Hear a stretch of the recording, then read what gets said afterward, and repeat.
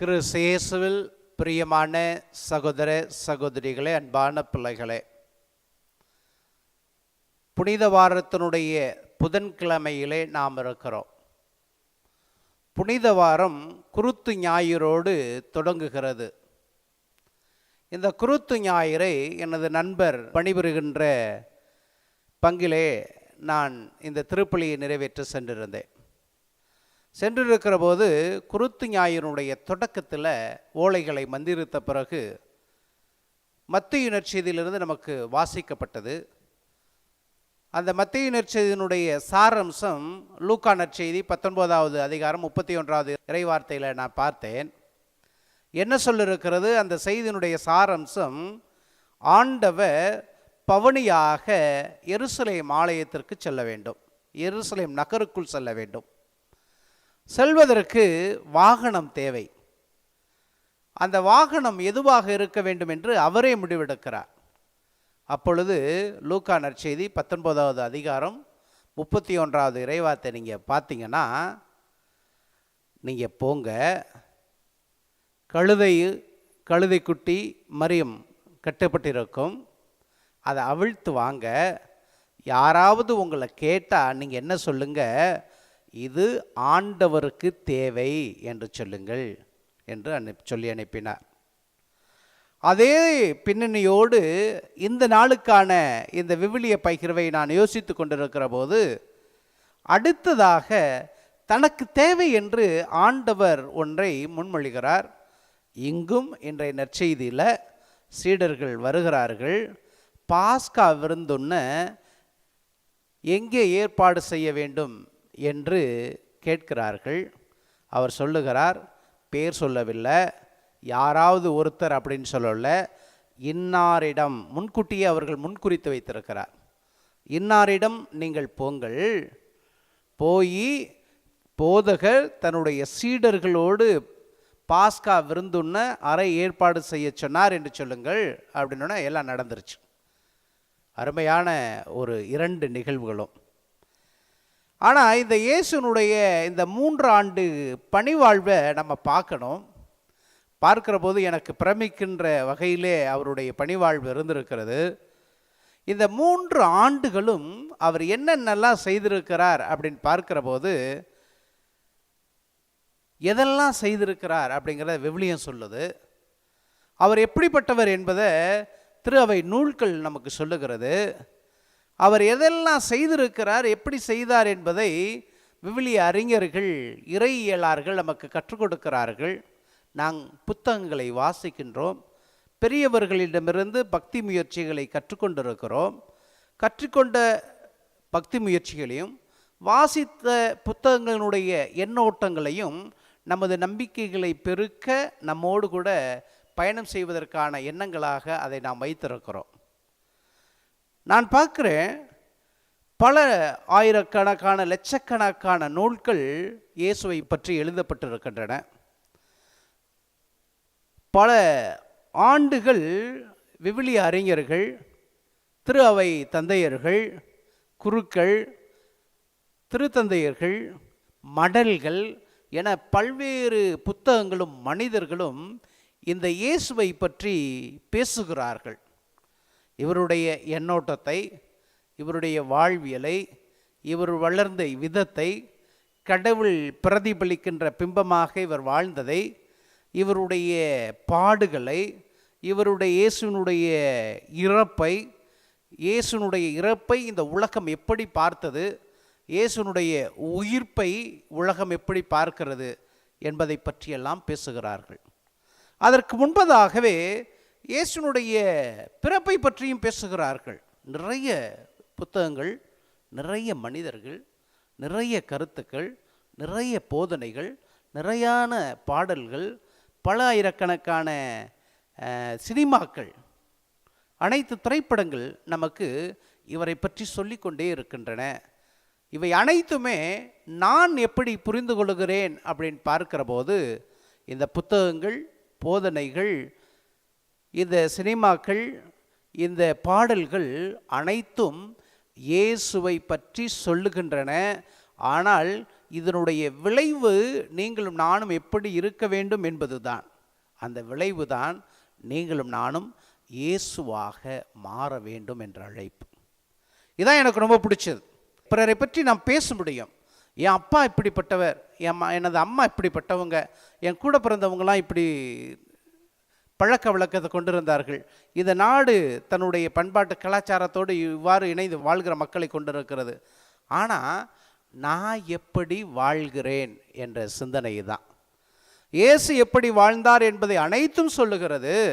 இயேசு எப்படிப்பட்டவர் என்பதை அனைத்து ஊடகங்களும் நமக்கு சொல்லுகின்றன. ஆனால் இந்த படிப்பினைகளிலிருந்து நான் நம்பிக்கைகளை பயணம் செய்கிற போது நான் இயேசுவாக மாறுவதற்கான ஆற்றலை பெறுகிறேன் என்ற சிந்தனையோடு நான் இயேசுவாக மாறிப்போகிறேன் என்று நீங்களும் நானும் நம்முடைய வாழ்வினுடைய எண்ணோட்டங்களை மாற்றிக்கொண்டு இயேசுவாக மாற வேண்டும் என்ற அழைப்பை தான் இந்த புனித வாரம் கொடுப்பதாக நான் பார்க்கிறேன். அந்த வகையில் இயேசுனுடைய இந்த 3 ஆண்டு பயணம், நான் சொன்னது போல அவருடைய இந்த 3 ஆண்டு பயணம் என்பது எதுவாக இருந்திருக்கும் அப்படின்னு பார்க்கிற போது, செல்கிற இடங்களிலெல்லாம், பார்க்கிற மனிதர்களுக்கெல்லாம், சந்திக்கிற நிகழ்வுகளை எல்லாம் நன்மையே செய்யக்கூடிய மனிதனாக நான் பார்த்துருக்கிறோம். நம்ம சாமி கும்பிட போவோம், கோயிலுக்கு வருகிறோம், இல்லை இயேசுவை பல நேரங்களில் பிதாசுதன் பரிசுத்தாவி அடையாளம் அறைந்து கடவுளை நினைவுகிறோம். சில நேரங்களில் அது கூட இல்லை என்றால் இவ்வாறு கரங்களை வைத்து நாம் கடவுளை அடையாளம் கொள்ளுகிறோம். அப்படி அடையாளம் கொள்ளுகிற போதெல்லாம் ஏதோ ஒரு வேண்டுதல், ஏதோ கடவுளுடைய உடனிருப்பு, ஏதோ கடவுளுடைய ஆற்றல் என்னோடு இருக்க வேண்டும் என்ற சிந்தனை தான் நமது உள்ளத்திலே இருக்கிறது. அதற்காகத்தான் இந்த அடையாளங்கள், வேண்டுதல் எல்லாமே இருக்கிறது என்பதை நான் பார்க்குறோம். நான் சின்ன பிள்ளையில் 1வது படிக்கிற போது என்னுடைய மூத்த அண்ணனுக்கு திருமணமாகி என்னுடைய அண்ணி ஒரு குழந்தையை பெற்றெடுத்தாள். பெற்றெடுத்து என்னுடைய மாமா வீட்டில் தான் குழந்தை பிறந்த நிகழ்வுகள்லாம் நடந்தது. 3 மாதங்கள் கழித்து 3-4 மாதங்கள் கழித்து இருக்கும் என்று நினைக்கின்றேன். நான் அப்போது அவர்கள் எங்களுடைய வீட்டிற்கு அழைத்து வந்தார்கள் எங்கள் அண்ணியை. வந்த உடனே எங்கள் மாமா வீட்டிலேருந்து அழைச்சிட்டு வந்து நேராக எங்கள் வீட்டுக்குள்ளே வரல, நேராக எங்கள் ஊருடைய ஆலயத்தில் புனித செங்கோலனை ஆலயத்திற்கு போனாங்க. நான் சின்ன பிள்ளை தானே, எல்லாம் கூட வேடிக்கை பார்த்துக்கிட்டு போயிட்டே இருப்போம். அப்போ போய்கிற போது நான் இங்கே போனோடனே எங்கள் அப்பா, எங்கள் அம்மா, எங்கள் அண்ணன், எங்கள் அண்ணி, எங்கள் மாமா கூட வந்திருந்தார். எல்லாமே நிறைய பேர் என்ன மட்டும் வேடிக்கை பார்க்குறவங்க, எங்கள் சொந்தக்காரவங்க நிறைய பேர் இருந்தாங்க. கோயிலை திறந்து 2 மெழுகுதிரியை கொடுத்து, கொஞ்சம் காசை கையில் கொடுத்து மெழுகுதிரியை ஏற்றி கோயிலுக்கு வைக்க சொன்னாங்க. காசை உண்டியலில் போட சொன்னாங்க. அப்படி போட்டுக்கிட்டு இருக்கிற போதே எங்கள் அண்ணி என்ன பண்ணாங்க, தன்னுடைய கரங்களில் இருக்கிற அந்த குழந்தைய, அந்த பெற்றெடுத்த முதல் மகனை அந்த பீடத்துக்கு முன்பாக அப்படியே தரையில் வச்சாங்க. இதை நீங்கள் உங்கள் வீடுகளில் நீங்களும் குழந்தை பெற்ற உடனே இதை செய்திருப்பீர்கள். இன்றும் அந்த பழக்கம் எங்கள் ஊர்லலாம் இருக்கிறத நான் பார்க்குறேன். எல்லா வீடுகள்லேயும் கடவுளுக்கு முன்பாக அந்த குழந்தையை வைத்து ஜெபம் பண்ணுவது வழக்கமாக இருந்திருக்கிறது. நான் கூட பங்கிலை பணியாற்றுகிற போது திருமுழுக்கு கொண்டு வருகிற குழந்தைகள் எல்லாம் திருமுழுக்கு பிறகு அந்த குழந்தைகளை என்னுடைய கரங்களில் ஏந்து இந்த திருப்பிடத்தில் வைத்து ஜெபம் செய்து அவர்களுக்கு கொடுப்பது என்னுடைய வழக்கமாக நான் கொண்டிருக்கிறேன். ஏன் இதை கொடுக்குறாங்க அப்படின்னு பார்க்கிற போது 2 வகையான சிந்தனைகள் என்னிடம் வருகிறது. முதல் சிந்தனை, பல ஜபங்களுக்கு பிறகு, பல எழுப்புகளுக்கு பிறகு கடவுள் கனியாக இந்த குழந்தையை எனக்கு கொடுத்தார், கடவுளுடைய படைப்பாற்றலே நான் அவருடைய சிறந்த பங்காளியாக மாறியிருக்கிறேன், அதற்காக கடவுளே, ஆண்டவரே உமக்கு நன்றி சொல்லுகிறேன் என்று சொல்வதாக இந்த குழந்தையை அங்கு பீடத்திற்கு முன்பாக சமர்ப்பித்து ஜெபிப்பது. 2வதாக நான் பார்க்கிறேன், நீ கொடுத்த இந்த கனியை நான் உனக்கு கொடுத்திருக்கிறேன், உன்னுடைய அருளும் ஆற்றலும் இந்த கனியோடும் என்னோடும் இருக்க வேண்டும், உனது அன்பிற்கு சாட்சியாக நன்மைத்தனம் நிறைந்த பிள்ளையாக இவனை வளர்ப்பது உடல் நலத்தோடு மட்டுமல்ல, உள்ள சுகத்தோடு மட்டுமல்ல, பொருள் வளத்தோடு மட்டுமல்ல, இவனுடைய எண்ண ஓட்டங்களிலும் நன்மைத்தனம் நிறைந்திருக்க வேண்டும், ஆண்டவரே ஆசீர்வதியும் என்று சொல்லியாகத்தான் கடவுளுக்கு அதை ஒப்பு கொடுப்பதாக நான் பார்க்கிறேன். அதே சிந்தனையை தான் கடவுள் இயேசுவாக, ஆண்டவர் இயேசுவாக நாம் வாழ வேண்டும் என்ற சிந்தனையை இந்த புனித வாரம் நமக்கு சொல்லுகிறது. யார் வாய் பேச முடியாமல் இருந்தானோ அவனுக்கு பேசக்கூடிய ஆற்றல், யார் கண் பார்வை இல்லாமல் இருந்தானோ அவனுக்கு பார்க்கக்கூடிய வல்லமை, யார் நடக்க முடியாமல் நொண்டிய மூடமாக கிடந்தானோ எழுந்து நடந்து ஓடுவதற்கான அவனுடைய பாயை சுருட்டி கொண்டு சுமைகளை சுமந்து கொண்டு போவதற்கான கூடிய வல்லமையை கூட ஆண்டவர் கொடுத்தார். இப்படி அந்த விவிலியத்தினுடைய மையம் அனைத்துமே சொல்லுகிறது, எதையெல்லாம் மனிதர்களுக்கு தேவைப்பட்டதோ அதையெல்லாம் ஆண்டவர் வாரி வாரி கொடுத்தார். ஆனால் அந்த புனித வாரத்தினுடைய தொடக்கத்தின் தொடங்கி இன்ற நாள் வரை நாம் விவிலியத்திலே வாசிக்கிறோம், இவர் தானாக முன்வந்து கொடுத்தார், கேட்டதையெல்லாம் கொடுத்தார். இப்பொழுது அவர் கேட்கிறார். முதல் முறையாக ஆண்டவர் இயேசு பிறரிடத்தில் கேட்பதை நான் பார்க்கிறேன். என்ன கேட்கிறார்? தான் பயணம் செய்ய பவனியாக செல்வதற்கு ஒரு கழுதை வேண்டும் என்று கேட்கிறார். சீடர்களோடு பாஸ்கா விருந்துண்ண ஒரு அறை வேண்டும், ஒரு வீடு வேண்டும் என்று கேட்கிறார். இதே ஆண்டவர் தான் சொல்லுவார், வானத்து பறவைகளுக்கு கூடுகள் உண்டு, நரிகளுக்கு பதுங்கு குழிகள் உண்டு, ஆனால் யாருக்கு ஒன்றுமில்ல, மணமகனுக்கோ எதுக்கு இடமில்லை, தலை சாய்க்கு கூட இடமில்லை என்று சொல்லுவார். அதான் இது இங்கே வெட்ட வெளிச்சமாக இருக்கிறது. பயணம் செய்வதற்கு ஒன்றுமில்லை, உணவு உண்ணுவதற்கான வீடு இல்லை, நாளைக்கு எதெல்லாம் இல்லாமல் போகுதுன்னு தெரியலை. வருகிற நாட்களில் நம்ம அதை சிந்திப்போம். கடைசியில் உயிரும் இல்லாமல் தான் போக போகுது ஆண்டவருக்கு. அதனை எதிர்நோக்கில் நாம் இருக்கிறோம். அப்படிப்பட்ட நம்பிக்கை பயணத்தில் நான் உங்களோடு பகிர்ந்து கொள்வது, நம்முடைய ஜெபங்கள் அனைத்துமே எதுவாக இருக்கிறது அப்படின்னு பார்க்கிற போது, எனக்கு பணம் வேண்டும், எனக்கு பதவி வேண்டும், என்னை பிறர் மதிக்க வேண்டும், உடல் நல வேண்டும், உள்ள சுகம் வேண்டும், வீடு கட்டணும், பிள்ளைகளுக்கு திருமண வாழ்க்கை அமையணும், பிள்ளைகள் நன்றாக படிக்கணும், இப்படி நம்முடைய தேவைகளை மிச்சம் அடுக்கி கொண்டே போகலாம். நான் கூட அதில் சளைச்சவன் இல்லை. நீங்கள் எப்படி ஜெபிக்கிறீர்களோ அதுபோல் நான் கூட, ஆண்டவரே எனக்கு நல்ல உடல் நலத்தை கொடுக்கும், நல்ல பதவியை கொடுக்கும், நல்ல பணத்தை கொடுன்னு பல நேரங்களில் வேண்டி இருக்கிறேன். இதில் யாருமே சளைத்தவர்கள் அல்ல. திருத்தந்தை கூட அப்படி தான் சளைச்சிருப்பார். முதலாக திருத்தந்தை, நம்ம இப்போது இருக்கிற திருத்தந்தையை தேர்ந்தெடுக்கணுன்னே நம்மக்கிட்ட கூட கேட்டார்ல, நீங்கள் எல்லாம் தலையை குமிஞ்சு நீங்களாம் எனக்காக ஜெபம் பண்ணுங்க. ஜெபம் கேட்குறது கூட ஒரு கேள்வி தான்.